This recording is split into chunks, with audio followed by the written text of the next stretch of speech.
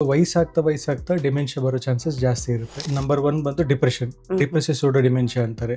ವಯಸ್ಸಾಗ್ತಾ ಇದ್ದಂಗೆ ಈಗ almost 50% Indians ಅಲ್ಲಿ ಸೀನಿಯರ್ ಸಿಟಿಸನ್ಸ್ ಅಲ್ಲಿ ಲೋನ್ಲಿನೆಸ್ ಕಾಡ್ತಾ ಇದೆ. ಕೆಲವೊಂದು ವಿಟಮಿನ್ ಡಿಫಿಷಿಯನ್ಸಿಗಳಿಂದನೂ ಮರು ಕಾಯಿಲೆ ಪ್ರೆಸೆಂಟ್ ಆಗ್ಬೋದು. ವಿಟಮಿನ್ B12 ಕಡಿಮೆ ಆದಾಗ ಕೂಡ ಅದಾಗ್ಬೋದು. ಸೊ ವಿಟಮಿನ್ B12 ಕಟ್ಟಾಗ ಮತ್ತೆ ಅದು ನಾರ್ಮಲ್ ಆಗುವಂಥ ಚಾನ್ಸಸ್ ಇರುತ್ತೆ. ಸ್ಪೆಕ್ಟಕಲ್ಸ್ ಮರ್ತೋಗ್ಬಿಟ್ಟಿರ್ತಾರೆ, ಪರ್ಸ್ ಮರ್ತೋಗ್ಬಿಟ್ಟಿರ್ತಾರೆ, ದುಡ್ಡಲ್ಲಿ ಇಟ್ಟಿದ್ದೀನಿ ಮರ್ತೋಗ್ಬಿಟ್ಟಿರ್ತಾರೆ. ಸೊ ಕಾಮನ್ ಆಗಿ ನಮಗೆ ತುಂಬ ಸಿಗ್ನಿಫಿಕೆಂಟ್ ಅನ್ಸೋದು ಏನು ಅಂದರೆ ಕಮೋಡಲ್ಲಿ ಫ್ಲಶ್ ಮಾಡೋದು ಮರ್ತೋಗ್ತಾರೆ ಡಾಕ್ಟ್ರು. ಲೇಡೀಸ್ ಆಗಿದ್ರೆ ಗ್ಯಾಸ್ ಸ್ಟವ್ ಆಫ್ ಮಾಡೋದು ಮರ್ತೋಗ್ಬಿಟ್ಟಿರ್ತಾರೆ. ದಿನ ಓಡಾಡ್ತಿರೋ ರಸ್ತೆಯಲ್ಲಿ ಕೂಡ ಅವ್ರು ವಾಪಸ್ ಬರೋದು ಹೇಗೆ, ಸೊ ನನ್ನ ದಾರಿಯಲ್ಲಿ, ಸೊ ಅದನ್ನು ಮರ್ತೋಗ್ಬಿಡ್ತಾರೆ. ನೆಕ್ಸ್ಟ್ ಮನೆ ಒಳಗಡೆನೆ ಮರ್ತೋಗೋ ಚಾನ್ಸಸ್ ಇರುತ್ತೆ. ಅಂದರೆ ಎದೊಳ್ತಾರೆ, ಪಕ್ಕದ ರೂಮಲ್ಲಿ ಹೋಗಿ ಮಲ್ಕೊಂಡ್ಬಿಟ್ಟಿರ್ತಾರೆ. ಸೊ ಇದು ನನ್ನ ಬೆಡ್, ನಾನು ಇಲ್ಲೇ ಬಂದು ವಾಪಸ್ ಮಲ್ಕೋಬೇಕು ಅನ್ನೋದು ಮರ್ತೋಗ್ಬಿಡ್ತಾರೆ. ನೆಕ್ಸ್ಟ್ ಮನೆಯಲ್ಲೇ ಎಲ್ಲಿ ನನ್ನ ಕಿಚನ್ ಎಲ್ಲಿದೆ, ಬಾತ್ರೂಮ್ ಎಲ್ಲಿದೆ, ಸೊ ಈ ಕನ್ಫ್ಯೂಷನ್ ಸ್ಟಾರ್ಟ್ ಆಗ್ತಾ ಹೋಗುತ್ತೆ. ವಯೋಸಹಜವಾಗಿ ಆಗುವಂಥ ಮೆಮರಿ ಇಂಪೈರ್ಮೆಂಟಲ್ಲಿ ಸ್ವಲ್ಪ ಹೊತ್ತಿನ ನಂತರ ಅವ್ರು ಜ್ಞಾಪಿಸ್ಕೋತಾರೆ. ಆಮೇಲೆ ಅವ್ರು ಸ್ಲೋ ಟು ರಿಯಾಕ್ಟ್ ಆಗಿರ್ತಾರೆ. ಸೊ ತಕ್ಷಣ ಅವರು 20 ವಯಸ್ಸಲ್ಲಿ 30 ವಯಸ್ಸಲ್ಲಿ ಇದ್ದವ್ರ ಥರ ರಿಯಾಕ್ಟ್ ಆಗೋದಿಲ್ಲ.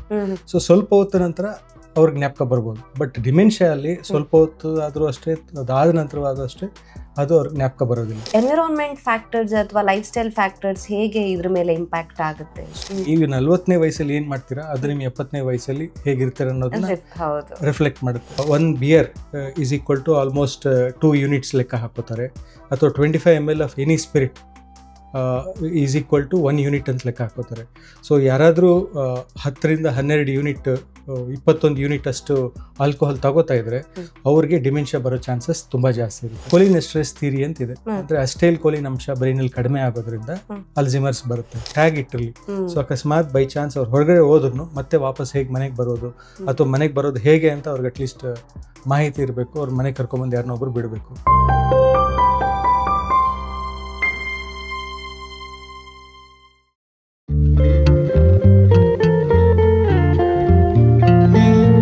ನಮಸ್ತೆ, ನೀವು ನೋಡ್ತಾ ಇದ್ದೀರಾ ವಿಜಯ ಕರ್ನಾಟಕ.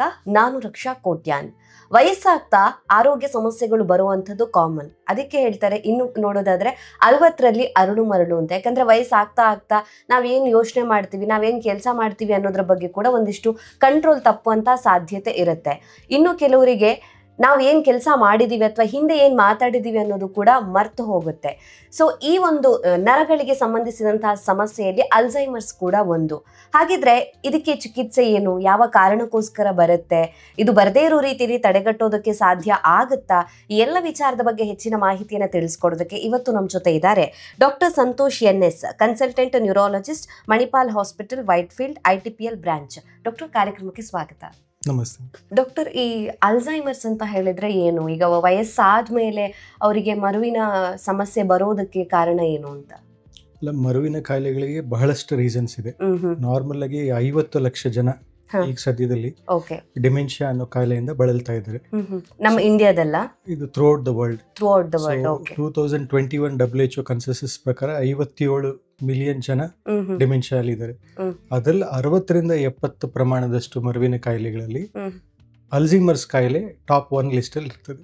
ಸೊ ಅದು ಮೋಸ್ಟ್ ಕಾಮನ್ ಡಿಮೆನ್ಷಿಯಾ ಆಗಿದ್ದು, ಸೊ ಜನ ಅದನ್ನ ಪ್ಯಾರಲಲ್ ಆಗಿ ಯೂಸ್ ಮಾಡ್ತಾರೆ. ಬಟ್ ಡಿಮೆನ್ಷಿಯಾಗೆ ಬಹಳಷ್ಟು ಕಾರಣಗಳಿದೆ. ಸೊ ನಂಬರ್ 1 ಸ್ಥಾನದಲ್ಲಿ ಅಲ್ಝೈಮರ್ಸ್ ಡಿಸೀಸ್ ಬರ್ತದೆ. 60 ರಿಂದ 70% ಡಿಮೆನ್ಷಿಯಾಗಳು ಅಲ್ಝೈಮರ್ಸ್ ಕಾಯಿಲೆಯಿಂದ ಆಗಿರುತ್ತೆ. ಸೊ ಡಿಮೆನ್ಷಿಯಾ ಮತ್ತೆ ಅಲ್ಝೈಮರ್ಸ್ ಅದು ಬೇರೆ ಬೇರೆ. ಸೊ ಡಿಮೆನ್ಷಿಯಾಲಿ ಎಷ್ಟೊಂದು ಕಾರಣಗಳಿದೆ. ಸೊ ನಂಬರ್ 1ನೇ ಸ್ಥಾನದಲ್ಲಿ ಅಲ್ಝೈಮರ್ಸ್ ಬರುತ್ತೆ. ನಂಬರ್ 2ನೇ ಸ್ಥಾನದಲ್ಲಿ ವ್ಯಾಸ್ಕ್ಯುಲರ್ ಡಿಮೆನ್ಷಿಯಾ ಅಂತ ಬರ್ತದೆ. ಮಲ್ಟಿಪಲ್ ಚಿಕ್ಕ ಸ್ಟ್ರೋಕ್ ಆಗಿ ಜನಗಳಿಗೆ ಅದರಿಂದ ಕೂಡ ಡಿಮೆನ್ಷಿಯಾ ಬರ್ಬೋದು. ಅದಕ್ಕೆ ವ್ಯಾಸ್ಕ್ಯುಲರ್ ಡಿಮೆನ್ಷಿಯಾ ಅಂತಾರೆ. ನೆಕ್ಸ್ಟ್ ಒಂದು ಬಂದು Lewy body dementia, frontotemporal dementia, normal pressure hydrocephalus, ಇವೆಲ್ಲ less common types of dementia. But frontotemporal dementia ಕೂಡ ಅಲ್ಝೈಮರ್ ಅಷ್ಟು ಅದಾದ ನಂತರ ಇಂಡಿಯಾದಲ್ಲಿ ಅದು ಒಂದು ಇಂಪಾರ್ಟೆಂಟ್ ಕಾರಣ ಆಗಿರುತ್ತೆ ಅಂತ ನಾನು ಹೇಳ ಬಯಸ್ತೀನಿ. ಓಕೆ, ಈಗ ಅಲ್ಝೈಮರ್ಸ್ ಅಂತ ಹೇಳಿದ್ರೆ ವಯಸ್ಸಾದ ಮೇಲೇನೆ ಬರುವಂತ ಸಮಸ್ಯೆ ಅಂದ್ರೆ ಇದು ವಯಸ್ಸಾಗ್ತಾ ಇದ್ದ ಹಾಗೆ ಜಾಸ್ತಿ ಸೊ ಯಂಗ್ ಏಜ್ ಅಲ್ಲಿ ಬರೋದಿಲ್ಲ. ಇಲ್ಲ, ಅದನ್ನ ನಾನು ಈ ತರ ಹೇಳ್ಬೇಕು ಅಂತಿದ್ರಿ. ಅಲ್ಝೈಮರ್ಸ್ ಅಲ್ಲಿ 2 ತರ ಡಿವೈಡ್ ಮಾಡ್ತಾರೆ. ಅರ್ಲಿ ಆನ್ಸೆಟ್ ಅಲ್ಝೈಮರ್ ಅಂತ, late onset Alzheimer. Late onset ಅಂದ್ರೆ 65 ವರ್ಷ ಆದ ನಂತರ. ಸೊ ವಯಸ್ಸಾಗ್ತಾ ಡಿಮೆನ್ಷಿಯಾ ಬರೋ ಚಾನ್ಸಸ್ ಜಾಸ್ತಿ ಇರುತ್ತೆ.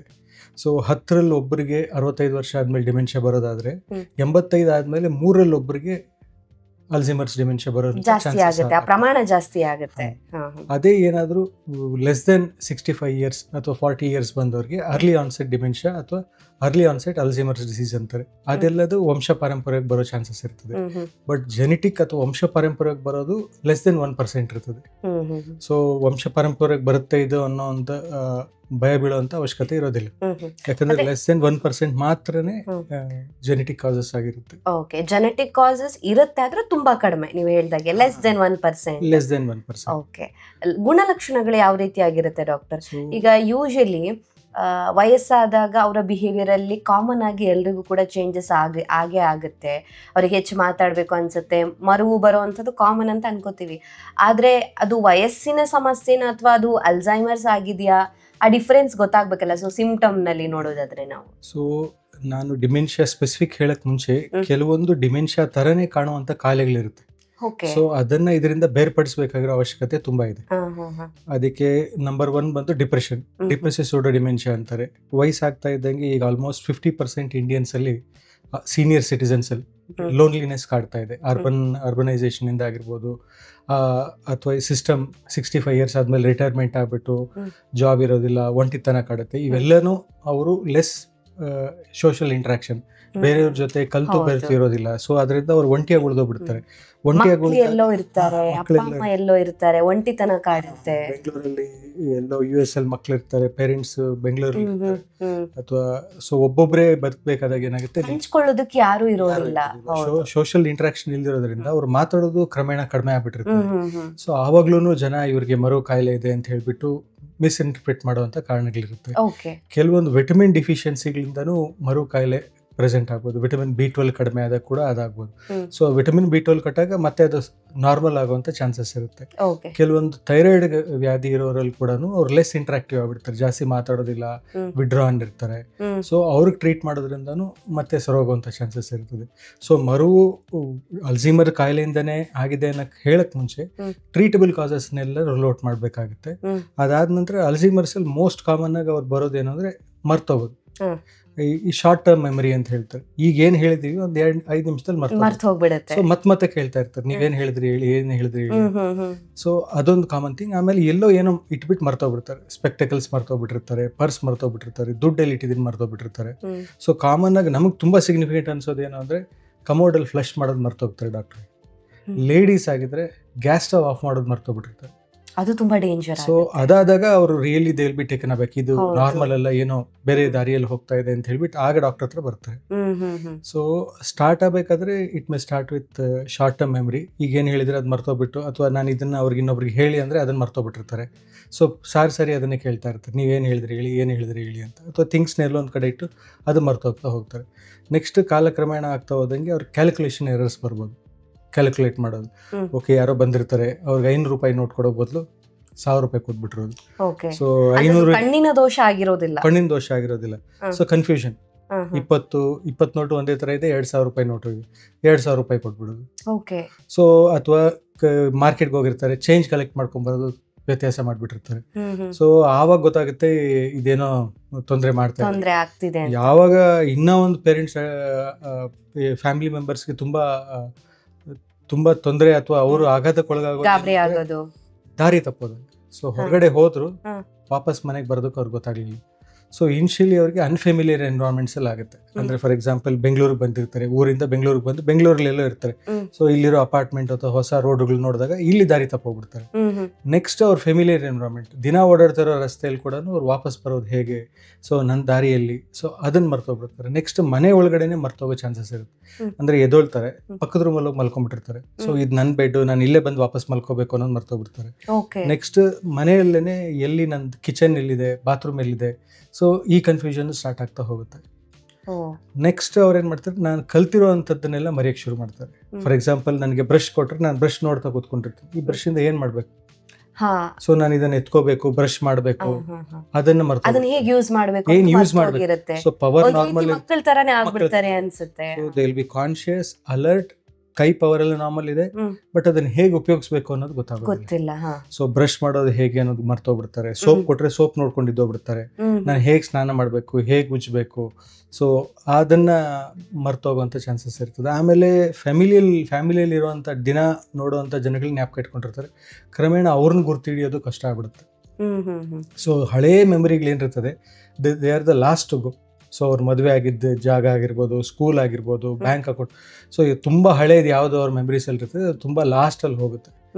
ನೆಕ್ಸ್ಟ್ ಸ್ಟೇಜಲ್ಲಿ ಅವ್ರು ಸುಮ್ಮನೆ ಸೈಲೆಂಟಾಗಿ ಕೂತ್ಬಿಡ್ತಾರೆ, ಯಾವುದ್ರಲ್ಲೂ ಇಂಟ್ರೆಸ್ಟ್ ಕೂತ್ಕೊಳ್ಳೋದಿಲ್ಲ. ಸೊ ಯಾರನ್ನ ಗೆಸ್ಟ್ಸ್ ಬಂದ್ರೆ ಮನೆಗೆ ತಗೊಳ್ಳಿ, ಕೂತ್ಕೊಳ್ಳಿ, ಕಾಫಿ ಕುಡೀರಿ, ಹೇಗಿದ್ದಾರೆ ಮಕ್ಕಳು, ಮೊಮ್ಮಕ್ಕಳು ಯಾವ ಥರ ಇದ್ದಾರೆ, ಅಥವಾ ಮಕ್ಕಳು ಬಂದರು, ಮೊಮ್ಮಕ್ಕಳು ಬಂದರು, ಕೂತ್ಕೊಳ್ಳಿ, ಚಾಕ್ಲೇಟ್ ಬೇಕಾ, ಏನೋ ಪುಟ್ಟ ಹೆಸರು. ಸೊ ಈ ಥರ ಏನು ಇಂಟ್ರಾಕ್ಷನ್ ಇರ್ತದೆ, ಅಥವಾ ಟಿ ವಿ ನೋಡೋದು, ಸೊ ಯಾವುದ್ರಲ್ಲೂ ಅವ್ರು ಇಂಟ್ರೆಸ್ಟ್ ಇಲ್ದಂಗೆ ಆಗ್ಬಿಡ್ತಾರೆ. ಸೊ ಒಂದೇ ಜಾಗದಲ್ಲಿ ಕೂತ್ಕೊಂಡು ಅವ್ರು ಇರ್ತಾರೆ, physically present, mentally absent. So ಅವ್ರ ಇಂಟ್ರಾಕ್ಷನ್ ಆಗಿರ್ಬೋದು, ಮಾತುಕತೆ ಆಗಿರ್ಬೋದು, ಸೊ ಅವೇನು ಮಾಡೋದಿಲ್ಲ, ಏಪಥೆಟಿಕ್ ಬಿಹೇವಿಯರ್ ಅಂತಾರೆ. ಸೊ ಪ್ರಶಾಂತವಾಗಿ ಇದ್ದೋಗ್ಬಿಡ್ತಾರೆ, ಯಾವುದ್ರಲ್ಲೂ ಏನದ್ರಲ್ಲೂ ಇನ್ವಾಲ್ವ್ಮೆಂಟ್ ಇರೋದಿಲ್ಲ. ಸೊ ಈ ತರ ಡಿಮೆನ್ಷಿಯಾ ಪ್ರೋಗ್ರೆಸ್ ಆಗ್ತಾ ಹೋಗುತ್ತೆ. ಓಕೆ, ಸೊ ಒಟ್ಟಾರೆಯಾಗಿ ಮರುವು ಇದ್ದೇ ಇರುತ್ತೆ ಅಂತ. ಇನ್ನು ಕೆಲವರು ವಯಸ್ಸಾದವರಲ್ಲಿ ಏನಾಗುತ್ತೆ ಅಂದ್ರೆ, ನೀವಾಗ್ಲೇ ಹೇಳಿದ್ರಿ, ಈಗ ಇವತ್ತು ಏನಾಗಿದೆ, ನೆನ್ನೆ ಏನಾಗಿದೆ ಅನ್ನೋದ್ರ ಬಗ್ಗೆ ಅವ್ರಿಗೆ ಅರಿವಿರೋದಿಲ್ಲ, ಮಾತಾಡೋದಿಲ್ಲ. ಆದ್ರೆ 10 ವರ್ಷ ಹಿಂದೆ, 20 ವರ್ಷ ಹಿಂದೆ ಏನಾಗಿದೆ ಅನ್ನೋದನ್ನ ಮಾತಾಡ್ತಾರೆ. ಅಂದ್ರೆ ಅವಾಗೇನೋ ಇನ್ಸಿಡೆಂಟ್ ಆಗಿತ್ತು, ಮನೆಗೆ ಯಾರೋ ಬಂದಾಗ ಅವತ್ತು ಹಂಗಾಗಿತ್ತು ಅಂತ, ಅಂದ್ರೆ ತುಂಬಾ ಲಾಂಗ್ ಬ್ಯಾಕ್ ಇರೋದನ್ನ ಮಾತಾಡ್ತಾರೆ. ಇವತ್ತು ನೆನ್ನೆ ಆಗಿರೋದು ಅವ್ರಿಗೆ ಗೊತ್ತಿರೋದಿಲ್ಲ. ಸೊ ಅದು ಎರಡು ಪರ್ಸ್ಪೆಕ್ಟಿವ್ ನೋಡ್ಬೇಕಾಗುತ್ತೆ. ಒಂದು ಮಿನಿಮಲ್ ಮೈಲ್ಡ್ ಕಾಗ್ನೇಟಿವ್ ಡಿಕ್ಲೈನ್ ಅಂತಾರೆ. ಅರ್ಲಿ ಸ್ಟೇಜಸ್ ಆಫ್ ಡಿಮೆನ್ಷಿಯಾ ಅಲ್ಲಿ ಅವ್ರಿಗೆ ಜಸ್ಟ್ ಕೆಲವೊಂದು ವಸ್ತುಗಳಾಗ್ಲಿ, ವ್ಯಕ್ತಿಗಳಲ್ಲಿ ಮರ್ತೋಗ್ತಾ ಇರ್ತಾರೆ. ಸೊ ವಯೋಸಹಜವಾಗಿ ಆಗುವಂತ ಮೆಮರಿ ಇಂಪೈರ್ಮೆಂಟ್ ಅಲ್ಲಿ ಸ್ವಲ್ಪ ಹೊತ್ತಿನ ನಂತರ ಅವ್ರು ಜ್ಞಾಪಿಸ್ಕೋತಾರೆ. ಆಮೇಲೆ ಅವ್ರು ಸ್ಲೋ ಟು ರಿಯಾಕ್ಟ್ ಆಗಿರ್ತಾರೆ. ಸೊ ತಕ್ಷಣ ಅವರು 20 ವಯಸ್ಸಲ್ಲಿ 30 ವಯಸ್ಸಲ್ಲಿ ಇದ್ದವ್ರ ತರ ರಿಯಾಕ್ಟ್ ಆಗೋದಿಲ್ಲ.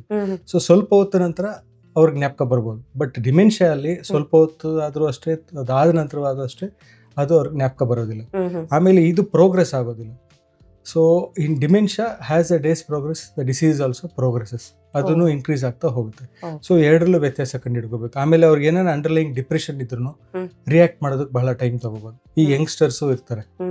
ಸೊ ಯಂಗ್ಸ್ಟರ್ಸು, ಸರ್ ನನಗೆ ಜ್ಞಾಪಕ ಬರ್ತಾ ಇಲ್ಲ ಅಂತ ಅವರೇ ಬಂದು ಹೇಳ್ತಿರ್ತಾರೆ. ನಾನು ಅವ್ರಿಗೆ ಹೇಳ್ತಾ ಇರ್ತೀನಿ, ಕಂಪ್ಯೂಟರ್ 10 ಅಪ್ಲಿಕೇಶನ್ ಓಪನ್ ಆಗಿದ್ರೆ ಕಂಪ್ಯೂಟರ್ ರ್ಯಾಮ್ ಸ್ಪೀಡ್ ಕಡಿಮೆ ಆಗುತ್ತೆ. ನಿಮ್ಮ ಮನಸ್ಸಿನಲ್ಲೂ 10 ಯೋಚನೆಗಳು ಓಡಾಡ್ತಾ ಇದ್ದಾಗ, so you can't focus on one thing. So ಅವ್ರು ಕೂಡ ಮೆಮರಿ ಲಾಸ್ ಅಂತ ಹೇಳ್ತಾರೆ.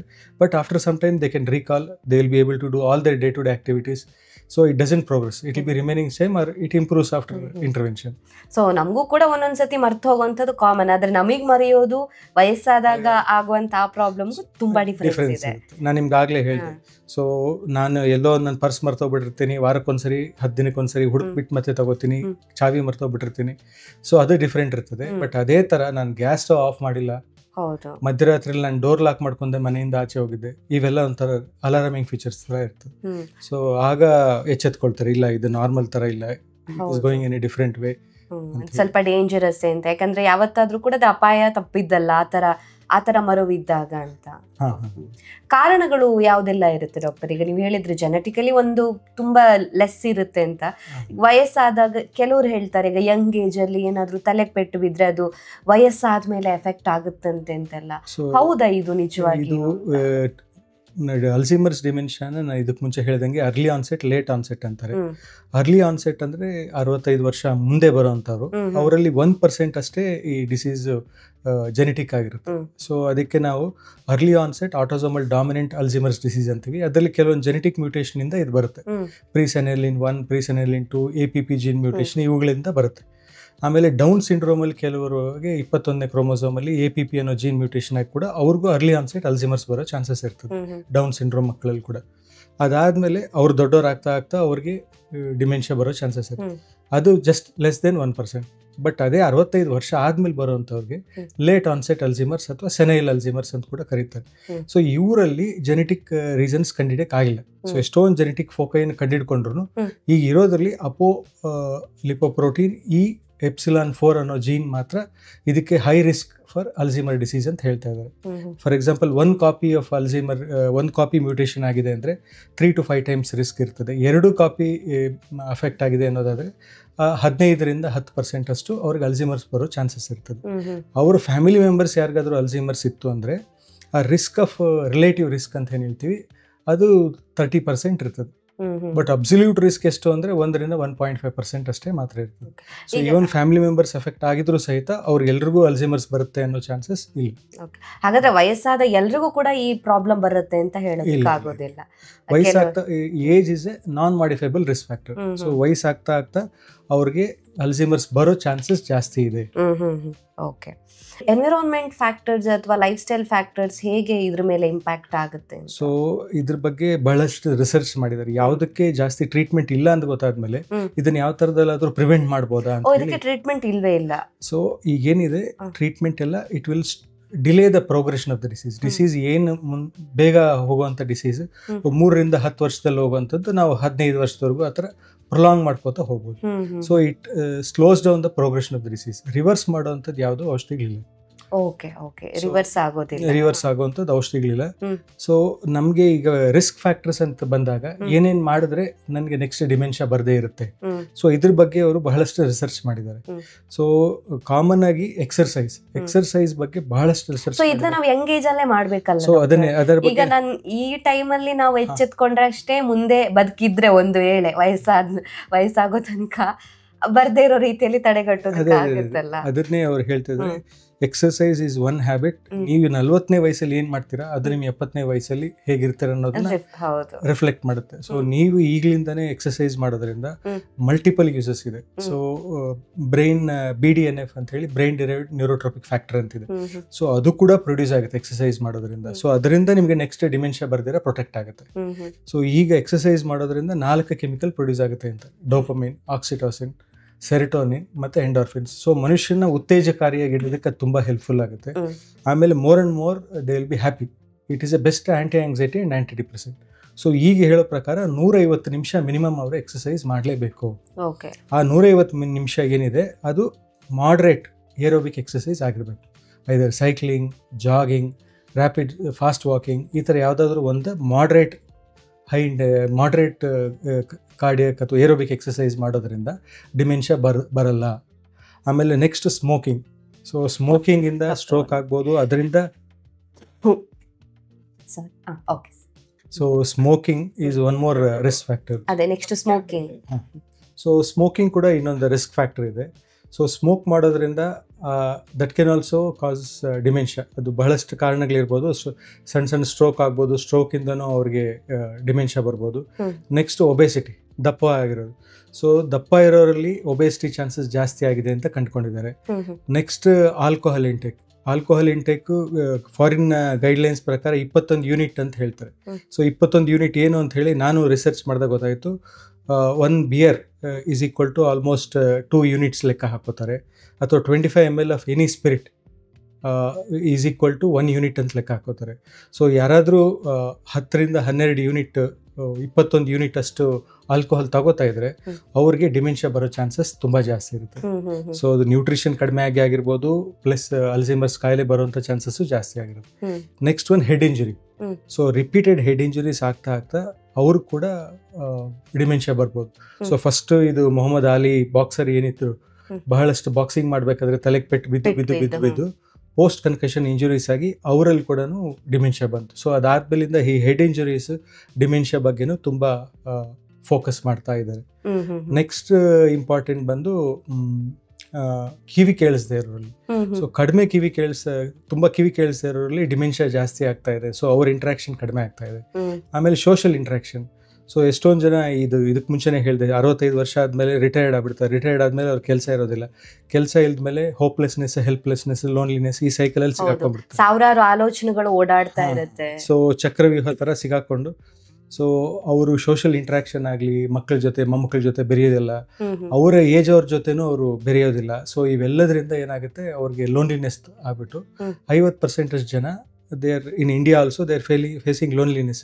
ಈ ಲೋನ್ಲಿನೆಸ್ನ ಎಷ್ಟರ ಮಟ್ಟಿಗೆ ಹೇಳ್ತಾ ಇದ್ದಾರೆ ಅಂದರೆ, ಈ ಲೋನ್ಲಿ ಆಗಿರೋದು is equal to smoking 15 cigarettes ಅಂತ. So they are equating to such a big amplitude of problem. So ಅದರಿಂದ ಲೋನ್ಲಿನೆಸ್ನ ಅವಾಯ್ಡ್ ಮಾಡಿದಷ್ಟು they can avoid the dementia. Next important to keep them active, mentally active. ಹೇಗೆ either they play chess, sudoku ಮಾಡಲಿ, cross word ಮಾಡಲಿ, ಓದೋದು ತುಂಬ ಒಳ್ಳೆ habit. 60 page 1 ತಾಸಲ್ಲಿ ಓದಿದ ಅಂದರೆ ಆಲ್ಮೋಸ್ಟ್ 1 ತಿಂಗಳಲ್ಲಿ ಅಥವಾ 1 ವರ್ಷದಲ್ಲಿ 100 ಬುಕ್ವರೆಗೂ ಅವ್ರು ಓದ್ಬೋದು. ಸೊ ಅದರಿಂದ ಓದೋದು ಒಳ್ಳೆಯ ಅಭ್ಯಾಸ. ಸೊ ಎಷ್ಟೊಂದು ಜನ ಹೇಳ್ತಾರೆ ನ್ಯೂಸ್ ಪೇಪರ್ ಓದ್ತೀನಿ doctor news paper. So news ಪೇಪರ್ಲೆಲ್ಲ ನೆಗೆಟಿವಿಟಿ ಇರ್ತದೆ, ಅದಕ್ಕೆ ಬದಲು ಬೇರೆ ಯಾವ್ದಾದ್ರು ಒಳ್ಳೆ ಬುಕ್ನು ಓದಿ, so that will keep you more active and mentally mind fresh ಆಗಿ ಮೈಂಡ್ ಫಿಟ್ ಇಡುವಂಥದ್ದು ತುಂಬಾ ಅವಶ್ಯಕತೆ ಇದೆ. ಸೊ ಹಾಗಾಗಿ ಒಟ್ಟಾರೆಯಾಗಿ ಖಾಲಿ ಇರಬಾರ್ದು ತಲೆ ಅನ್ನೋದು.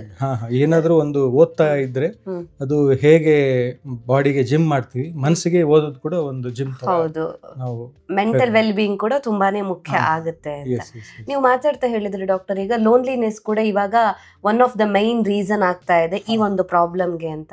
ಅಂದ್ರೆ ಈಗ ಹೆಚ್ಚಾಗಿ ಈಗ ನ್ಯೂಕ್ಲಿಯರ್ ಫ್ಯಾಮಿಲಿ ಇರೋದ್ರಿಂದ, ಅಥವಾ ಮಕ್ಕಳು ಎಲ್ಲೋ ಇರ್ತಾರೆ, ಪೇರೆಂಟ್ಸ್ ಇನ್ನೆಲ್ಲೋ ಇರ್ತಾರೆ, ಟೈಮ್ ಸಿಗೋದಿಲ್ಲ, ಆಮೇಲೆ ಅವರು ಅದಕ್ಕೆ ಏನಾದ್ರೂ ಮಾಡಬಹುದಾ ಪೇರೆಂಟ್ಸ್ ಮಕ್ಕಳೇನಾದ್ರೂ ಮಾಡಬಹುದಾ? ಅಲ್ಲ, UK ಅಲ್ಲೆಲ್ಲ ಈಗ UK US ಅಲ್ಲೆಲ್ಲ ಡಿಮೆನ್ಷಿಯಾ ಕಫೆ ಅಂತ ಸ್ಟಾರ್ಟ್ ಮಾಡಿದ್ದಾರೆ. ಸೊ ಡಿಮೆನ್ಷಿಯಾ ಪೇಷಂಟ್ಸ್ ಎಲ್ಲ ಜೊತೆ ಕೂತು ಅವ್ರ ಕೇರ್ ಗಿವರ್ಸ್ ಅವ್ರು ಮಾತಾಡ್ಕೊಂಡು, ಸೊ ದಟ್ ಇವ್ರಿಗೂ ಒಂಥರ ಗ್ಯಾದರಿಂಗ್ ತರ ಆಗಿ ಸೋಷಿಯಲ್ ಇಂಟ್ರಾಕ್ಷನ್ ತರ ಇರುತ್ತೆ. ಸೊ ಫ್ರೆಂಡ್ಸ್ ಜೊತೆ ಆವಾಗ ಸಂಪರ್ಕದಲ್ಲಿರೋದು, ಅವ್ರ ಜೊತೆಗೂಡೋದು, ಅಥವಾ ಪಿಕ್ನಿಕ್ ಹೋಗಿ ಬರೋದಾಗ್ಲಿ, ಸೊ ಸೋಷಿಯಲ್ ಗ್ಯಾದರಿಂಗ್ಸ್ ಹೋಗೋದು, ಮದುವೆ ಮುಂಜಿ ಅವ್ರು ಕರೀಲಿಲ್ಲ ಅನ್ಕೊಳೋದಕ್ಕಿಂತ let them be in the social gathering, so that they feel that ನಾನು ಇವರೆಲ್ಲರಲ್ಲಿ ಒಬ್ಬ. ಒಂಟಿತನ ಇದ್ದಾಗ most of the problems are self centred. ನನ್ನ ಬಗ್ಗೆನೇ ಯೋಚನೆ ಮಾಡ್ತಾ ಇರ್ತೀನಿ, ಪ್ರಪಂಚದಲ್ಲಿ ನಾನು ಒಬ್ಬ ಅನ್ನೋದನ್ನ ಮರ್ತೋಗ್ಬಿಡ್ತಾರೆ. ಸೊ ಆ ಥರ ಯೋಚನೆ ಮಾಡ್ಕೊಂಡು ಹೋಗೋದು, ಅದು ಒಂದು ಗಾದೆ ಹೇಳ್ತಾರೆ, ಚಿತೆ ಮನುಷ್ಯನ ಒಂದೇ ಸರಿ ಸುಟ್ರೆ ಚಿಂತೆ ಸ್ವಲ್ಪವಾಗಿ ಸುಡ್ತಾ ಹೋಗುತ್ತೆ ಅಂತ.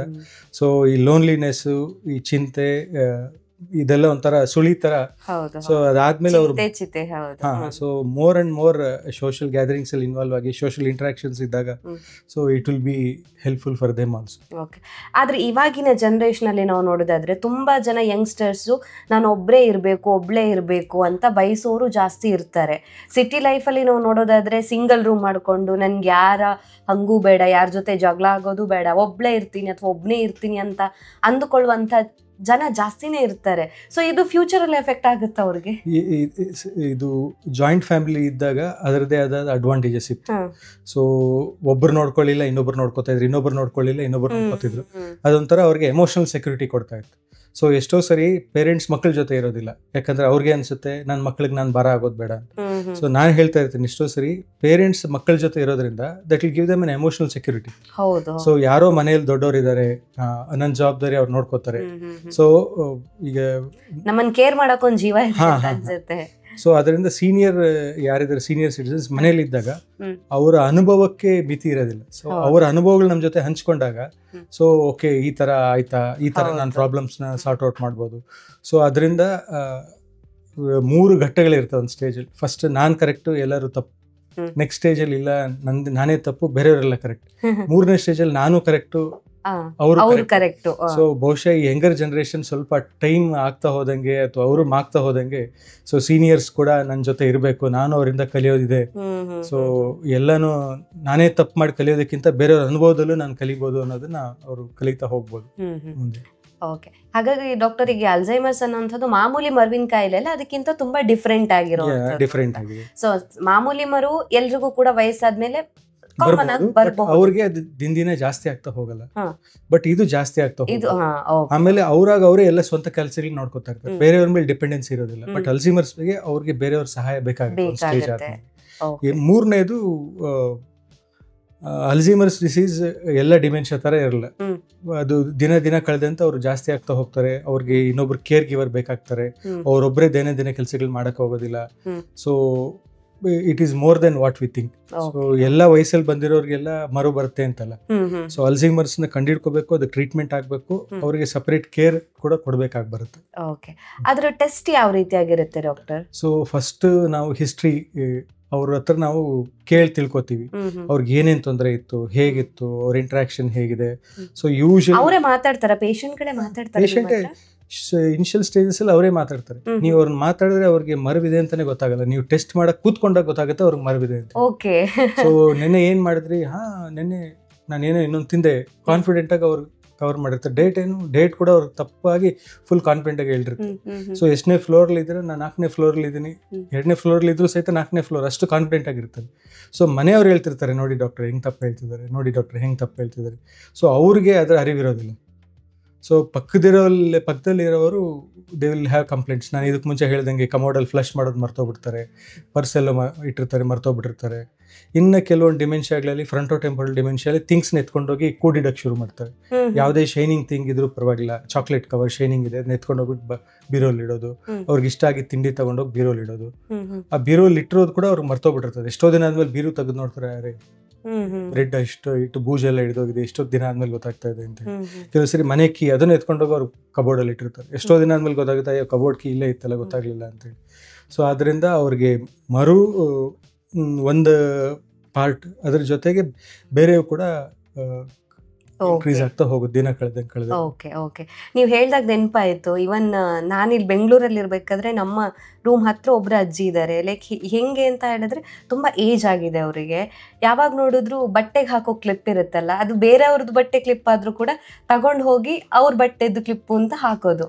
ಕೇಳಿದ ತಕ್ಷಣ ಇದು ನಂದು ಅಂತ ಹೇಳ್ತಾರೆ. ಲೈಕ್ ಅದು ಕೂಡ ಅವರಿಗೆ ಲೈಕ್ ನರಕ್ಕೆ ಸಂಬಂಧಿಸಿದಂತ ಸಮಸ್ಯೆನೇ ಆಗಿರುತ್ತೆ. ಅವ್ರಿಗೆ ಫಸ್ಟ್ ನಾವು ಅವರ ಮನೆಯವ್ರ ಜೊತೆ ಹಿಸ್ಟ್ರಿ ಕೇಳಬೇಕಾಗುತ್ತೆ, ಅವ್ರಿಗೆ ನಿಜವಾಗ್ಲೂ ಮರವಿದೆಯಾ ಅಂತ ಹೇಳಿ. ಸೊ ಫಸ್ಟ್ ಮರವಿದೆ ಅಂತ ಕಂಡ್ಕೋತೀವಿ. ಅದಾದ್ಮೇಲೆ ನಾವು ಪರ್ಟಿಕ್ಯುಲರ್ ಆಗಿ ಟೆಸ್ಟ್ ಮಾಡ್ತೀವಿ, ಕ್ರಾಸ್ ಚೆಕ್ ಮಾಡ್ತೀವಿ. ಸೊ ನಾವು OPD ಅಲ್ಲಿ MMSE ಅಥವಾ ಮಿನಿ ಮೆಂಟಲ್ ಸ್ಟೇಟಸ್ ಎಕ್ಸಾಮಿನೇಷನ್ ಅಂತ ಮಾಡ್ತೀವಿ. ಅದರಲ್ಲಿ ನಾವು ಫಸ್ಟ್ ಕಂಡುಹಿಡ್ಕೋತೀವಿ, ಅಂದ್ರೆ ಅವ್ರಿಗೆ ನಿಜವಾಗ್ಲೂ ಯಾವ್ಯಾವ್ದ್ರಲ್ಲಿ ತೊಂದರೆ ಇದೆ, ಕ್ಯಾಲ್ಕುಲೇಷನ್ ಅಲ್ಲಿ ತೊಂದರೆ ಇದೆಯಾ ಅಥವಾ ವಿಜುವಲ್ ಸ್ಪೇಷಲ್ ಅಲ್ಲಿ ತೊಂದರೆ ಇದೆಯಾ. ಅವ್ರಿಗೆ ನಾನು ಹೇಳಿದ್ದನ್ನ 3 ನಿಮಿಷ ಅಥವಾ 5 ನಿಮಿಷ ಆದ್ಮೇಲೆ ಮತ್ತೆ ಕೇಳೋದು, ನಾನು ನಿಮ್ಗೆ 3 ವಸ್ತು ಹೇಳಿದ್ದೆ ಏನು ಹೇಳಿ ಅಂತ ಹೇಳಿ, ಅದನ್ನ ಮಾಡ್ಲಿಕ್ಕಾಗತ್ತಾ. ಕ್ಯಾಲ್ಕುಲೇಷನ್ಸ್ 100 - 7 ಅಥವಾ 20ರಲ್ಲಿ 3 ತೆಗೆದ್ರೆ ಎಷ್ಟು, ಹತ್ರ 5 ಸರಿ ನೀವು ಮಾಡಿ ಹೇಳಿ ಅಂತ. ಸೊ ನಾವು ಅವ್ರಿಗೆ ಚೆಕ್ ಮಾಡ್ಬೇಕಾದ್ರೆ ಟಾಸ್ಕ್ ಕೊಡ್ತೀವಿ. ಸೊ ಅದರಲ್ಲಿ ಪ್ರತಿಯೊಂದಕ್ಕೂ ಒಂದೊಂದು ಸ್ಕೋರಿಂಗ್ ಇರ್ತದೆ. ಸೊ ನಾವು ಒಂದು 15-20 ನಿಮಿಷದಲ್ಲಿ ಮಾಡುವಂಥದ್ದು MMSE. ಆಮೇಲೆ ನಮ್ಮ ಜೊತೆ ನ್ಯೂರೋ ಸೈಕಾಲಜಿಸ್ಟ್ ಅಂತ ಇರ್ತಾರೆ, ಅವ್ರ ಸಹಾಯ ತಗೋತೀವಿ. ಅವರು ಮೋಕಾ ಅಂತ ಹೇಳ್ತಾರೆ, ಅಂದ್ರೆ ಮಾಂಟ್ರಿಯಲ್ ಕಾಗ್ನಿಟಿವ್ ಅಸೆಸ್ಮೆಂಟ್ ಸ್ಕೇಲ್ ಅಂತ. ಸೊ 2-3 ಗಂಟೆ ತಾಸು ಇರ್ತದೆ. ಒಂದೊಂದು ಲೋಬ್ ಆಫ್ ದ ಬ್ರೈನ್ಗೆ ಒಂದೊಂದು ಸೆಟ್ ಆಫ್ ಟೆಸ್ಟ್ ಇರ್ತದೆ. ಸೊ ಅದಕ್ಕೆ ತಕ್ಕನಂಗೆ ಸ್ಕೋರ್ ಕೊಡ್ತಾ ಹೋಗ್ತಾರೆ. ಸೊ ಆ ಮಾಂಟ್ರಿಯಲ್ ಕಾಗ್ನಿಟಿವ್ ಅಸೆಸ್ಮೆಂಟ್ ಸ್ಕೋರಲ್ಲಿ 80ಕ್ಕಿಂತ ಕಡಿಮೆ ಇದ್ರೆ ಮೈಲ್ಡ್ ಡಿಮೆನ್ಷಿಯಾ, ಇನ್ನು ಅದಕ್ಕಿಂತ ಕಡಿಮೆ ಇದ್ರೆ ಮಾಡರೇಟ್ ಡಿಮೆನ್ಷಿಯಾ, ಅದಕ್ಕಿಂತ ಕಡಿಮೆ ಇದ್ರೆ ಸಿವಿಯರ್ ಡಿಮೆನ್ಷಿಯಾ ಡಿಸೈಡ್. ಅದಾದ ನಂತರ ನಾವು ಟ್ರೀಟಬಲ್ ಕಾಸಸ್ ಏನಾದರೂ ಇದೆಯಾ, ಟ್ರೀಟ್ಮೆಂಟ್ ಮಾಡುವಂಥದ್ದು, ಥೈರಾಯ್ಡ್ ಪ್ರಾಬ್ಲಮ್ ಏನಾದರೂ ಇದೆಯಾ, TSH ಚೆಕ್ ಮಾಡ್ತೀವಿ. ವಿಟಮಿನ್ B12 ಏನಾದ್ರು ಕಡಿಮೆ ಇದೆಯಾ ಅದನ್ನು ಚೆಕ್ ಮಾಡ್ತೀವಿ. ಬಹುಶಃ ಏನಾದ್ರು ಸಣ್ಣ ಸ್ಟ್ರೋಕ್ ಏನಾರು ಆಗಿ ಅದರಿಂದ ಮರುವಾಗ್ತಿದೆಯಾ, ಸೊ MRI ಮಾಡಿ ನೋಡ್ತೀವಿ. ಸಣ್ಣ ಟ್ಯೂಮರ್ ಏನಾದರೂ ಬ್ರೈನಲ್ಲಿ ಇದ್ದು ಟೆಂಪೋರಲ್ ಲೋಬಲ್ಲಿ ಅದರಿಂದ ಅವರು ಮರುವಾಗ್ತಿದೆಯಾ, ಸೊ MRI ಮಾಡಿ ನೋಡ್ತೀವಿ. ಅದಾದ ನಂತರ ನಾವು ಈಗ ಇನ್ನೂ ಟೆಸ್ಟ್ಗಳೆಲ್ಲ ಕೆಲವೆಲ್ಲ ಇದೆ. ಸೊ ಬೆನ್ಲೆ ನೀರು ತೆಗೆದು ಕೆಲವೊಂದು ಲೆವೆಲ್ಸ್ ಇವೆ, ಟಾವು ಪ್ರೋಟೀನ್ ಮತ್ತೆ ಬೀಟಾ ಅಮೈಲಾಯ್ಡ್ ಅಂತ ಹೇಳಿ ಎಲ್ಲ ಟೆಸ್ಟ್ ಇದೆಲ್ಲ. ಇವೆಲ್ಲ ಬೆನ್ಲಿ ನೀರು ತೆಗೆದು ಅದನ್ನು ಡಬಲ್ ಕನ್ಫರ್ಮ್ ಮಾಡ್ತೀವಿ. ಈಗ ನ್ಯೂಕ್ಲಿಯರ್ ಸ್ಟಡೀಸು ಬಂದಿದೆ. ಈಗ ಅರ್ಲಿ ಸ್ಟೇಜಲ್ಲಿ ಕಂಡಿಡ್ಕೊಂಡ್ರೆ ದ ಮೋನೋಕ್ಲೋನಲ್ ಆಂಟಿಬಾಡೀಸ್ ಎಲ್ಲ ಈಗ they are into the market. ಈ ವಿದೇಶದಲ್ಲಿ ಸಿಗ್ತಾ ಇದೆ, ಆಲ್ಮೋಸ್ಟ್ $28,000 ಅಂತ ಹೇಳ್ತಾರೆ. ಸೊ ಇನ್ನು ಇಂಡಿಯಾದಲ್ಲಿ ಸಿಗೋದು ಬಾಕಿ ಇದೆ. ಸೊ ಇದರಲ್ಲಿ 2 ಇಂಪಾರ್ಟೆಂಟ್ ಕೆಮಿಕಲ್ಸ್ ಅಥವಾ ಪ್ರೋಟೀನ್ಸ್ ಬ್ರೈನಲ್ಲಿ ಅಕ್ಯುಮುಲೇಟ್ ಆಗ್ತಾ ಹೋಗುತ್ತೆ ಅಲ್ಝೀಮರಲ್ಲಿ. ಒಂದು ಬಂದು ಟಾವು ಪ್ರೋಟೀನ್ ಅಂತ ಹೇಳಿ, ಅದು ನ್ಯೂರಾನ್ ಅಥವಾ ನರದ ಒಳಗಡೆ ಅಕ್ಯುಮುಲೇಟ್ ಆಗ್ತಾ ಹೋಗುತ್ತೆ ಪ್ರೋಟೀನ್. ಎರಡನೇದು ಬಂದ್ಬಿಟ್ಟು ಅಮೈಲಾಯ್ಡ್ ಅಂತ, 2 ನರಗಳ ಮಧ್ಯದಲ್ಲಿ ಅಮೈಲಾಯ್ಡ್ ಅಕ್ಯುಮುಲೇಟ್ ಆಗ್ತಾ ಹೋಗುತ್ತೆ. ಸೊ ಬೀಟಾ ಅಮೈಲಾಯ್ಡ್ ಅಂತ ಹೇಳ್ತಾರೆ. ಇನ್ನೊಂದು ನ್ಯೂರೋಫಿಬ್ಯುಲರಿ ಟ್ಯಾಂಗಲ್ ಅಥವಾ ಟಾವ್ ಪ್ರೋಟೀನ್ ಅಂತಾರೆ. ಸೊ ಇದ್ರ ಲೆವೆಲ್ನ ನಾವು CSF ಅಲ್ಲಿ ಚೆಕ್ ಮಾಡಿ ನೋಡ್ತೀವಿ. ಸೊ ಇದ್ರದ್ದು ಏನಾದರೂ ಬೀಟಾ 42 ಲೆವೆಲ್ಸ್ ಕಡಿಮೆ ಆಗಿದೆ ಅಂತ ಹೇಳೋದಾಗಿದ್ರೆ ಅಲ್ಝೀಮರ್ಸ್ ಡಿಸೀಸ್ ಆಗಿರ್ಬೋದು. ಟಾವು ಲೆವೆಲ್ ಜಾಸ್ತಿ ಆಗಿದೆ ಅಂದರೆ ಅದು ಅಲ್ಝೀಮರ್ಸ್ ಡಿಸೀಸ್ ಆಗಿರೋಂಥ ಚಾನ್ಸ್ ಇರ್ತದೆ. ಸೊ ಇದನ್ನು ಅರ್ಲಿಯೆಸ್ಟ್ ಸ್ಟೇಜಲ್ಲಿ ಕಂಡುಹಿಡ್ಕೊಂಡಷ್ಟು ಅದಕ್ಕೆ ಮೋನೋಕ್ಲೋನಲ್ ಆಂಟಿಬಾಡೀಸ್ ಕೊಡ್ತಾರೆ. ಈ ಆಂಟಿಬಾಡೀಸ್ ಹೋಗ್ಬಿಟ್ಟು ಈ ಅಮೈಲಾಯ್ಡ್ ಪ್ರೋಟೀನ್ನ ಬ್ರೈನಲ್ಲಿ ಅಕ್ಯುಮುಲೇಟ್ ಆಗದಂಗೆ ನೋಡ್ಕೊಳ್ಳೋದು ಅಥವಾ ಅಕ್ಯುಮುಲೇಟ್ ಆಗಿರೋದನ್ನ ಕ್ಲಿಯರ್ ಮಾಡ್ತಾ ಹೋಗುತ್ತೆ. ಸೊ ಇದ್ರದ್ದು ಕಾಸ್ಟ್ ಏನೇ ಜಾಸ್ತಿ ಇರೋದ್ರಿಂದ ಇದನ್ನ ಅರ್ಲಿ ಸ್ಟೇಜಲ್ಲಿ ನಾವು ಡಿಟೆಕ್ಟ್ ಮಾಡಬೇಕು. ಅಂದರೆ even before the patient has severe complaints, early ಸ್ಟೇಜಲ್ಲಿ ಕಂಡುಹಿಡ್ಕೊಂಡು MRI ಮತ್ತು ನ್ಯೂಕ್ಲಿಯರ್ ಸ್ಟಡಿ ಅಂತ ಕೂಡ ಇದೆ. FDG PET ಅಂತ ಮಾಡ್ತೀವಿ. ಅದರಲ್ಲಿ ಟೆಂಪೋರಲ್ ಲೋಬಲ್ಲಿ ಡಿಕ್ರೀಸ್ಡ್ ಆಕ್ಟಿವಿಟಿ ಇರುತ್ತೆ, ಪೆರಿಟಲ್ ಲೋಬಲ್ ಡಿಕ್ರೀಸ್ಡ್ ಆಕ್ಟಿವಿಟಿ ಇರುತ್ತೆ. ಈ ಥರದ ನಾವು ಅರ್ಲಿ ಸ್ಟೇಜಲ್ಲಿ ಐಡೆಂಟಿಫೈ ಮಾಡ್ಕೊಂಡಾಗ ಈ ಮೋನೋಕ್ಲೋನಲ್ ಆಂಟಿಬಾಡೀಸ್ನ ಕೊಡ್ಬೋದು. ಆ ಉದ್ದೇಶದಿಂದ ಈ ಅಡಿಷನಲ್ ನ್ಯೂವರ್ ಜನರೇಷನ್ ಟೆಸ್ಟ್ ಏನಿದೆ, CSF beta amyloid levels check ಮಾಡೋದಾಗಿರ್ಬೋದು, FDG PET ಮಾಡೋದಾಗಿರ್ಬೋದು, ವಿದೇಶದಲ್ಲೆಲ್ಲ ಅಮೈಲಾಯ್ಡ್ PET ಅಂತಲೂ ಮಾಡ್ತಾರೆ. ಸೊ ಅದನ್ನು ಅರ್ಲಿ ಸ್ಟೇಜಲ್ಲಿ ಐಡೆಂಟಿಫೈ ಮಾಡಿದ್ರೆ ಇನ್ನು ಮೋನೋಕ್ಲೋನಲ್ ಆಂಟಿಬಾಡೀಸ್ ಎಲ್ಲ ವಿದೇಶದಲ್ಲಿ ಕೊಟ್ಟು ದ ಡಿಸೀಸ್ ಪ್ರೋಗ್ರೆಷನ್ ಇನ್ನು ಡಿಲೇ ಮಾಡ್ಬೋದಾಗಿದೆ. ಓಕೆ. ಸೊ ಹಾಗಾಗಿ ನೀವು ಹೇಳೋರ ಪ್ರಕಾರ ಟೆಸ್ಟು ಇದರಲ್ಲಿ ಹಿಸ್ಟ್ರಿನೂ ಬೇಕಾಗಿದೆ, ಆಮೇಲೆ ಅಸೆಸ್ಮೆಂಟ್ ಬೇಕಾಗುತ್ತೆ. ನಾವು ಅಸೆಸ್ಮೆಂಟ್ ಮಾಡ್ತೀವಿ, ನಮ್ಮ ಜೊತೆ ನ್ಯೂರೋ ಕಾಗ್ನಿಟಿವ್ ಅಸೆಸ್ಮೆಂಟ್ ಮಾಡೋದಕ್ಕೆ ನ್ಯೂರೋ ಸೈಕಾಲಜಿಸ್ಟ್ ಅಂತ ಇರ್ತಾರೆ, ಅವರು PhD ಮಾಡಿರ್ತಾರೆ ಹ್ಯೂಮನ್ ಸೈಕಾಲಜಿಯಲ್ಲಿ. So they know the additional test to check the memory. ಅದಾದಮೇಲೆ next they will undergo MRI brain. And ಅದಾದಮೇಲೆ ಅವಶ್ಯಕತೆ ಬಿದ್ದರೆ ಬೆನ್ಲಿ ನೀರು ಚೆಕ್ ಮಾಡಿ ಅದು ಅಲ್ಝೀಮರ್ಸ್ ಡಿಸೀಸ್ ಏನಾ, ಬೇರೆ ಯಾವುದೋ ಡಿಮೆನ್ಷಿಯಾ ಇಲ್ವಾ, ಹ್ಮ್. ಸೊ ಏನೇನು ಟ್ರೀಟಬಲ್ ಕಾಸ್ ಇದೆ ಅದನ್ನೆಲ್ಲ ರಿಲೋಟ್ ಮಾಡ್ತೀವಿ. ಅದಾದಮೇಲೆ ಟ್ರೀಟ್ಮೆಂಟ್ ಸ್ಟಾರ್ಟ್ ಮಾಡ್ತೀವಿ. ಓಕೆ, ಟ್ರೀಟ್ಮೆಂಟ್ ಅಲ್ಲಿ ಈಗ ಏನ್ ಮಾಡ್ತೀರಾ? ಟ್ಯಾಬ್ಲೆಟ್ ಏನಾದ್ರು ಕೊಡ್ತೀರಾ? ಸೊ ಈಗ ಇರೋದ್ರಲ್ಲಿ ಕೊಲಿನೆಸ್ಟ್ರೆಸ್ ಥಿಯರಿ ಅಂತ ಇದೆ. ಹ್ಮ್. ಅಂದರೆ ಅಸ್ಟೈಲ್ ಕೋಲಿನ್ ಅಂಶ ಬ್ರೈನಲ್ಲಿ ಕಡಿಮೆ ಆಗೋದ್ರಿಂದ ಹ್ಮ್. ಅಲ್ಝೀಮರ್ಸ್ ಬರುತ್ತೆ. ಸೊ ಅಸ್ಟೈಲ್ ಕೋಲಿನ್ ಅಂಶ ಜಾಸ್ತಿ ಮಾಡೋದಕ್ಕೋಸ್ಕರ ಕೆಲವೊಂದು ಮೆಡಿಸಿನ್ಸ್ ಇದೆ. ಹ್ಮ್. ಸೊ ಅದರಲ್ಲಿ ರಿವಾಸ್ಟಿಗ್ಮೆನ್ ಇರ್ಬೋದು, ಡೊನೆಜಿಪಿಲ್ ಇರ್ಬೋದು, ಅವು ಡಿಸೀಸ್ ಪ್ರೋಗ್ರೆಷನ್ನ ಸ್ಲೋ ಮಾಡ್ಕೋತಾ ಹೋಗುತ್ತೆ. ಎರಡನೇದು ಗ್ಲೂಟಮೇಟ್ ಎಕ್ಸೈಟೋಟಾಕ್ಸಿಸಿಟಿ ಅಂತಾರೆ. ಗ್ಲೂಟಮೇಟ್ ಅನ್ನೋ ಕೆಮಿಕಲ್ಲು ಬ್ರೈನ್ನ ಹೈಪರ್ ಆಕ್ಟಿವ್ ಆಗಿ ಮಾಡಿ ಅದು ಬ್ರೈನ್ ಎಕ್ಸೈಟ್ ಮಾಡಿ ಬ್ರೈನ್ ಡೆತ್ತಲ್ಲಿ ಕೂಡ ಅದರ ರೋಲ್ ಇದೆ ಅಂತೇಳಿ. ಈ ಗ್ಲೂಟಮೇಟ್ಗೆ ತದ್ವಿರುದ್ಧವಾಗಿ ಆ್ಯಕ್ಟ್ ಮಾಡುವಂಥ ಡ್ರಗ್ ಇದೆ. ಸೊ ಡೊನೆಜಿಪಿಲ್ ರಿವಾಸ್ಟಿಗ್ಮಿನ್ ಜೊತೆಗೆ ಮೆಮ್ಯಾಂಟಿನ್ ಅಂತಲೂ ಕೊಡ್ತೀವಿ. ಅದು ಮೈಲ್ಡ್ ಟು ಮಾಡರೇಟ್ ಡಿಮೆನ್ಷಿಯಾಗಳಲ್ಲಿ ಕೊಟ್ಟಾಗ ಅದು ಬ್ರೈನ್ ಡ್ಯಾಮೇಜ್ನ ಪ್ರೋಗ್ರೆಸ್ ಆಗೋದನ್ನು ಸ್ವಲ್ಪ ಮಟ್ಟಿಗೆ ತಡೆಗಟ್ಟುತ್ತೆ. ಸೊ ಇವೆರಡು ಆದಮೇಲೆ ಈ ಹೊಸ ಜನರೇಷನ್ ಮೊನೋಕ್ಲೋನಲ್ ಆ್ಯಂಟಿಬಾಡೀಸ್ ಈಗ ಸದ್ಯ ಇಂಡಿಯಾಲಿಲ್ಲ, ವಿದೇಶದಲ್ಲಿ ಇದೆ. ಅದು ನೀವು ಲೆಕ್ಕ ಹಾಕ್ಬೋದು, $28,000 ವರ್ಷಕ್ಕೆ ಅಂದಾಗ ಎಷ್ಟು ಕಾಸ್ಟ್ಲಿ ಇದೆ ಅಂತ. ಸೊ ಮುಂಬರೋ ದಿನಗಳಲ್ಲಿ ಅದರ ಕಾಸ್ಟ್ ಕಡಿಮೆ ಆಗಿ ಇಂಡಿಯಾದಲ್ಲಿ ಅವೈಲೇಬಲ್ ಆದರೆ ಮೋರ್ ಅಂಡ್ ಮೋರ್ ಪೇಷಂಟ್ಸ್ ಇದರಿಂದ ಪ್ರಯೋಜನ ಆಗ್ತದೆ. ಓಕೆ ಡಾಕ್ಟರ್, ಈಗ ಡೆಮ್ನಿಷಿಯಾ ಇದ್ದವರಿಗೆ ಕೌನ್ಸಿಲಿಂಗ್ ಏನಾದರೂ ಕೊಡ್ತಾರಾ? ಅವ್ರ ಜೊತೆ ಮಾತಾಡೋ ಅಂಥದ್ದು, ಇಂಟ್ರಾಕ್ಟ್ ಮಾಡೋ ಅಂಥದ್ದು ಹೇಗೆ? ಸೊ ನಾವು ಕೇರ್ ಗಿವರ್ ಅಡ್ವೈಸ್ ಅಂತ ಕೊಡ್ತೀವಿ. ಕೇರ್ ಗಿವರ್ ಅಂದರೆ ಈಗ ಡೆಮೆನ್ಷಿಯಾ ಪೇಷಂಟ್ನ ಮ್ಯಾನೇಜ್ ಮಾಡೋದು ಹೇಗೆ. ಸೊ ಫಸ್ಟ್ ನಾವು ಹೇಳ್ತಿರ್ತೀವಿ ಅವ್ರಿಗೆ ತಾಳ್ಮೆ ತುಂಬ ಇಂಪಾರ್ಟೆಂಟ್ ಬೇಕು. ಸೊ ಅವ್ರಿಗೆ ಇದೇ ಒಂದು ಯಾರು ನೋಡ್ಕೋತಾರೆ ಅವ್ರೀಗ. So caregiver burnt out ಅನ್ನೋದು ಒಂದಿರ್ತದೆ. ಅಂದರೆ ಈಗ ಹೆಂಡತಿ ಗಂಡನ ನೋಡ್ಕೋತಾ ಇರ್ತಾರೆ, ಪ್ರತಿದಿನ ಅವ್ರು ನೋಡ್ಕೊಂಡು ಇವ್ರ ಮನೆ ಬಿಟ್ಟು ಹೊರಗಡೆನೇ ಹೋಗಿರಲ್ಲ 1 ವರ್ಷ 2 ವರ್ಷ. ಸೊ ಅವ್ರದ್ದು ಅನ್ನೋದೇನು ಲೈಫ್ ಇರೋದಿಲ್ಲ, ಅದರಿಂದ ಅವರು ಫ್ರಸ್ಟ್ರೇಟ್ ಆಗಿಬಿಟ್ಟಿರ್ತಾರೆ. ಸೊ ಅದನ್ನು ಪ್ರಿವೆಂಟ್ ಮಾಡೋದಕ್ಕೋಸ್ಕರ ನಾವು ಕೆಲವೊಂದು ಲೈಫ್ ಸ್ಟೈಲ್ ಚೇಂಜಸ್ನ ಅಥವಾ ಹೇಗೆ ಅವ್ರನ್ನ ನೋಡ್ಕೋಬೇಕು, ಅವ್ರನ್ನ ನೋಡಿಕೊಂಡ್ರೆ ನೀವು ಹೇಗೆ you can be with peace with yourself ಅಂತ. Where we can not cure the disease, we can definitely care for them. So ಅವ್ರಿಗೆ ಲೈಫ್ನ ಎಷ್ಟು ಸಿಂಪಲ್ ಆಗಿರಬೇಕು ಅಷ್ಟು ಸಿಂಪಲ್ ಆಗಿಟ್ಟಿರಿ. ಬೆಳಗ್ಗೆ ಎದ್ದೊಳ್ತಾರೆ, ಅವ್ರಿಗೆ ಒಂದು ಬುಕ್ಕಲ್ಲಿ ಬೆಳಗ್ಗೆ ನಾನು ಏನೇನು ಕೆಲಸ ಮಾಡಬೇಕು ಬರೆದಿಟ್ಕೊಳ್ಳೋಕೆ ಹೇಳಬೇಕು, ಅಥವಾ ನೀವೇ ಬರೆದಿಟ್ಟು ಅವ್ರಿಗೆ ಇದೇ ಆರ್ಡ್ರಲ್ಲೇ ಹೋಗ್ಬೇಕು. ನಾನು ಬೆಳಗ್ಗೆ ಎದ್ದೊಳ್ತಾ ಇದ್ದೀನಿ, ಬ್ರಷ್ ಮಾಡಬೇಕು, ಆ ಬುಕ್ಕಲ್ಲಿ ನೋಡ್ತಾರೆ, ಬ್ರಷ್ ಮಾಡ್ತಾರೆ, ಬರ್ತಾರೆ. ಸೊ ಅಲ್ಲಿ ಅವ್ರಿಗೆ ದಾರಿ ತಪ್ಪೋಗೋ ಚಾನ್ಸಸ್ ಇರ್ತದೆ. ಇದೇ ಟಾಯ್ಲೆಟ್ ಹೋಗ್ತಾ ಇದ್ದೀನಿ ಅಂತೇಳಿ ಟಾಯ್ಲೆಟ್ಗೆ ಡೈರೆಕ್ಷನ್ ಆಗಿರಬೇಕು. ಅದಾದಮೇಲೆ ಅಲ್ಲೊಂದು ಸಣ್ಣ ಸ್ಟಿಕ್ಕರ್ ಹಾಕಿರ್ತಾರೆ, ಇದೇ ಪೇಸ್ಟ್ ಬ್ರಷ್ ಅಂತೇಳಿ. ಸೊ ಆ ಬ್ರಷನ್ನು ನೋಡ್ತಾರೆ, ಬ್ರಷ್ ಮಾಡ್ತಾರೆ, ಮತ್ತೆ ಅದರಲ್ಲಿ ಇಡ್ತಾರೆ, ಮತ್ತೆ ಬರ್ತಾರೆ. ಅದಾದ್ಮೇಲೆ ಸ್ನಾನ ಮಾಡಬೇಕು ಅಂತ ಇರ್ತದೆ. ಸೊ ಎಲ್ಲ ಇನ್ಸ್ಟ್ರಕ್ಷನ್ಸ್ನ ಸೊ ಅವ್ರಿಗೆ ಸೇಮ್ ಅದೇ ಲೈಫ್ ಸ್ಟೈಲ್ ಹೋಗ್ತಾ ಇರ್ಬೇಕು. ಬೆಳಗ್ಗೆ ಎದ್ದ ತಕ್ಷಣ ಬ್ರಷ್, ಅದಾದ್ಮೇಲಿಂದ ಬಾತ್, ಅದಾದ್ಮೇಲಿಂದ ಬ್ರೇಕ್ಫಾಸ್ಟ್. ಸೊ ಬ್ರೇಕ್ಫಾಸ್ಟ್ ಅವ್ರಿಗೆ ಏನಾದ್ರು ನಾನು ಇಲ್ಲಿ ಇಟ್ಟಿರೋ ವಸ್ತು ಸಿಗ್ಲಿಲ್ಲ ಅಂದ್ರೆ ದೇ ಗೆಟ್ ಫ್ರಸ್ಟ್ರೇಟ್. ಯಾರು ನನ್ನ ವಸ್ತುನ ತೆಗೆದು ಬಿಡಿದ್ದಾರೆ, ನನ್ನ ಮೊಬೈಲ್ ಇಲ್ಲೇ ಇಟ್ಟಿದ್ದೆ, ನನ್ನ ಪರ್ಸ್ ಇಲ್ಲೇ ಇಟ್ಟಿದ್ದೆ, ಯಾರೋ ತಗೊಂಡ್ಬಿಟ್ಟಿದ್ದಾರೆ. ಸೊ ಆ ಥರ ಹೇಳಿದ ತಕ್ಷಣ ಆ ಕೇರ್ ಗಿವರ್ಗೆ ಫ್ರಸ್ಟ್ರೇಟ್ ಆಗಕ್ಕೆ ಸ್ಟಾರ್ಟ್ ಆಗುತ್ತೆ. ಎಲ್ಲ ಅಲ್ಲೇ ಇತ್ತು, ನೀವು ನೋಡ್ಲಿಲ್ಲವಲ್ಲ ಅಂತೇಳಿ. ಸೊ ಆದ್ದರಿಂದ ನಿಮಗೆ ತಾಳ್ಮೆ ಇರಬೇಕು. ಆವಾಗ ಆ ಟೈಮಲ್ಲಿ ಅವ್ರಿಗೆ ಅದೇ ವಸ್ತುಗಳನ್ನ ಅದೇ ಜಾಗದಲ್ಲಿ ಇಟ್ಟಿರ್ಬೇಕು. ಸೊ ಆದಷ್ಟು ನಿಮ್ಗೆ ಡೇಂಜರಸ್ ಥಿಂಗ್ಸ್ ಏನಿದೆ ಅದನ್ನ ಸೆಗ್ರಿಗೇಟ್ ಮಾಡ್ಬೇಡಿ. ಚಾಕು ಅವು ಇವು ಏನೋ ಅವ್ರ ಕೈಗೆ ಸಿಗದ ಹಾಗೆ ನೋಡ್ಕೊಳ್ಳಿ. ಆಮೇಲೆ ಏನೇನಿದೆ ಅದೆಲ್ಲ ಅವ್ರ ಕೈಗೆ ಸಿಗುವಂತ ಈಸಿ ಸಿಂಪಲ್ ಥಿಂಗ್ಸ್ ಏನಿದೆ ಅದನ್ನೆಲ್ಲ ಇರಲಿ. ಆಮೇಲೆ ಎಲ್ಲೆಲ್ಲಿ ನಿಮ್ಗೆ ನೋಟ್ ಬರಿಬೇಕು ಅನ್ಸುತ್ತೆ ನೋಟ್ ಬರೀಲಿ. ಅಕಸ್ಮಾತ್ ಅವ್ರು ಎಲ್ಲೇ ಹೋಗ್ಬೇಕಾದ್ರೂ ಅವ್ರದ್ದೊಂದು ಐಡೆಂಟಿಟಿ ಇರಬೇಕು. ಅವ್ರಿಗೆ ಕೈಯಲ್ಲಿ ಒಂದು ಬ್ಯಾಡ್ಜ್ ತರ ಹಾಕಿ ಅವ್ರ ಮನೆ ಅಡ್ರೆಸ್ಸು, ಎಲ್ಲಿದ್ದಾರೆ, ಏನು, ಯಾರಿಗೆ ಫೋನ್ ಮಾಡಬೇಕು, ಎಲ್ಲ ಕಾಂಟ್ಯಾಕ್ಟ್ ಡೀಟೇಲ್ಸ್. ಅಕಸ್ಮಾತ್ ಆಚೆ ಹೋದಾಗ್ಲೂ ಮತ್ತೆ ಎಲ್ಲಿ ಹೋಗಿದ್ದಾರೆ ಅಂತ ಗೊತ್ತಾಗ್ಬಾರ್ದು.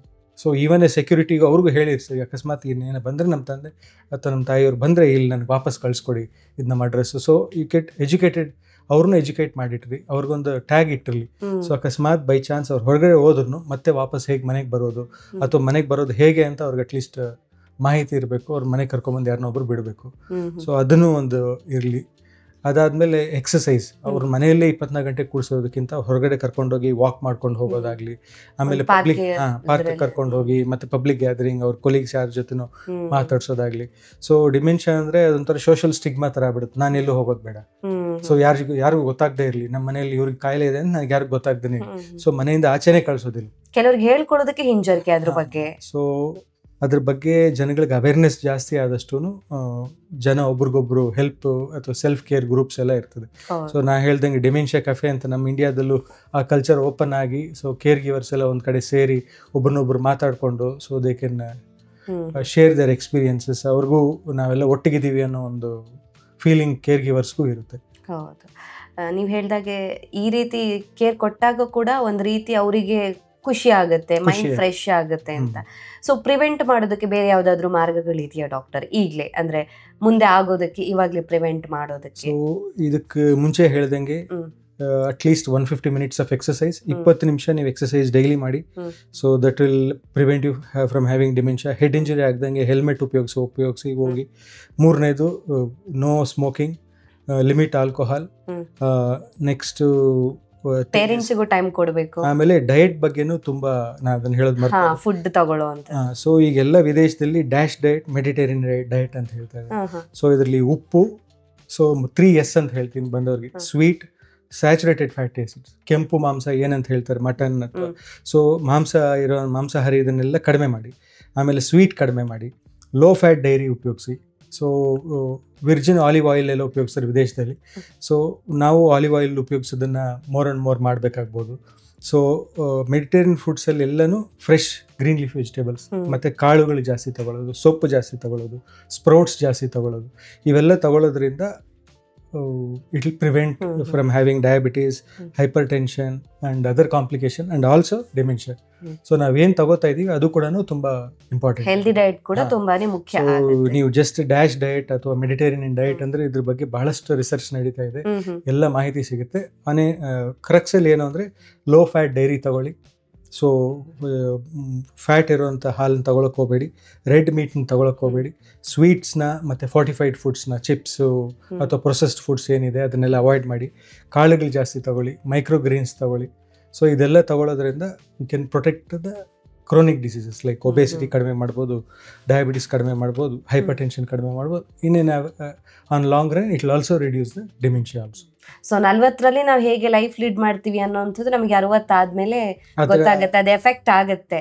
ಗುಡ್ಡಾದ್ರೆ ಗುಡ್ಡಾಗೆ ಎಫೆಕ್ಟ್ ಆಗುತ್ತೆ. ಒಂದ್ ವೇಳೆ ನಮ್ ಲೈಫ್ ಸ್ಟೈಲ್ ಚೆನ್ನಾಗಿಲ್ಲ ಅಂತ ಹೇಳಿದ್ರೆ ಆಬ್ವಿಯಸ್ಲಿ ಹೆಲ್ತ್ ಇಶ್ಯೂಸ್ ಬಂದೇ ಬರುತ್ತೆ. ನಮ್ಮ ಕೈಯಲ್ಲಿ ಏನಿದೆ ಅದನ್ನೆಲ್ಲ ನಾವು ಪ್ರಯತ್ನ ಮಾಡೋಣ, ನಮ್ಮ ಕೈಯಲ್ಲಿ ಏನಿಲ್ಲ ದೇವ್ರಿಗೆ ಬಿಡೋಣ. ಹೌದು ಹೌದು. ಡಾಕ್ಟರ್, ಕೊನೆಯದಾಗಿ ಏನಾದ್ರು ಓವರಾಲ್ ಆಗಿ ಹೇಳಕ್ ಇಷ್ಟಪಡ್ತೀರಾ ಆಡಿಯನ್ಸ್ಗೆ? ಸೊ ಅದೇ prevention is the best, better than cure ಅಂತ ಹೇಳಿದಾಗೆ. ಸೊ ನಿಮ್ಮ ಲೈಫ್ ಸ್ಟೈಲ್ನ ನಿಮ್ಮ ಕೈಯಲ್ಲಿದೆ. ಸೊ ಅದನ್ನು ವೃಥಾಕಾಲ ಕೆಡಿಸ್ಕೋಬೇಡಿ. So take care of your health. Good diet, good food, healthy lifestyle can prevent you from dementia. And you also have empathy towards those are having dementia. So dementia ಬಂದಿದೆ ಅಂತ ಹೇಳಿ ಅವ್ರನ್ನ ಮೂಲೆಗಟ್ಟಬೇಡಿ. So there is a saying, ನಾವು ದೊಡ್ಡವರಾಗ್ತಾ ಹೋದಂಗೆ ಮಕ್ಕಳು ದೊಡ್ಡವರಾಗ್ತಿರೋದು ನೋಡಿ ಖುಷಿ ಆಗುತ್ತಂತೆ. ಪೇರೆಂಟ್ಸ್ ವಯಸ್ಸಾಗ್ತಿರೋದು ನೋಡಿ ಸ್ವಲ್ಪ ಬಾಧೆ ಆಗುತ್ತಂತೆ. ಸೊ ಎಲ್ಲರಿಗೂ ಪೇರೆಂಟ್ಸ್ ಇರ್ತಾರೆ. ಸೊ ಯಾರೋ ಒಬ್ಬರಿಗೆ ಡಿಮೆನ್ಷಿಯಾ ಬರ್ಬೋದು. So we should be empathetic towards them. ಅವ್ರನ್ನ ನಾವು ಕೇರ್ ತೊಗೊಳ್ಳೋಣಂತೆ. ಅವರ ರೆಸ್ಪಾನ್ಸಿಬಿಲಿಟಿನ ನಾವು ತೊಗೊಂಡು what we can do the best will do. When we can not cure, definitely we can care for them. In future monoclonal antibodies ಕೂಡ ಬರಬಹುದು. So ಬಂದಾಗ ಇನ್ನೂ ಜನಗಳಿಗೆಲ್ಲ ಉಪಯೋಗ ಆಗ್ಬೋದು. ಪಬ್ಲಿಕ್ ಅವೇರ್ನೆಸ್ ತುಂಬ ಅವಶ್ಯಕತೆ ಇದೆ ಡಿಮೆನ್ಷಿಯಾ ಬಗ್ಗೆ. Thank you so much doctor. ನಮ್ಮ ಇವತ್ತಿನ ಕಾರ್ಯಕ್ರಮದಲ್ಲಿ ಡಿಮೆನ್ಷಿಯಾದ ಬಗ್ಗೆ ಹೆಚ್ಚಿನ ಮಾಹಿತಿಯನ್ನು ತಿಳಿಸ್ಕೊಟ್ಟಿದ್ದೀರಾ.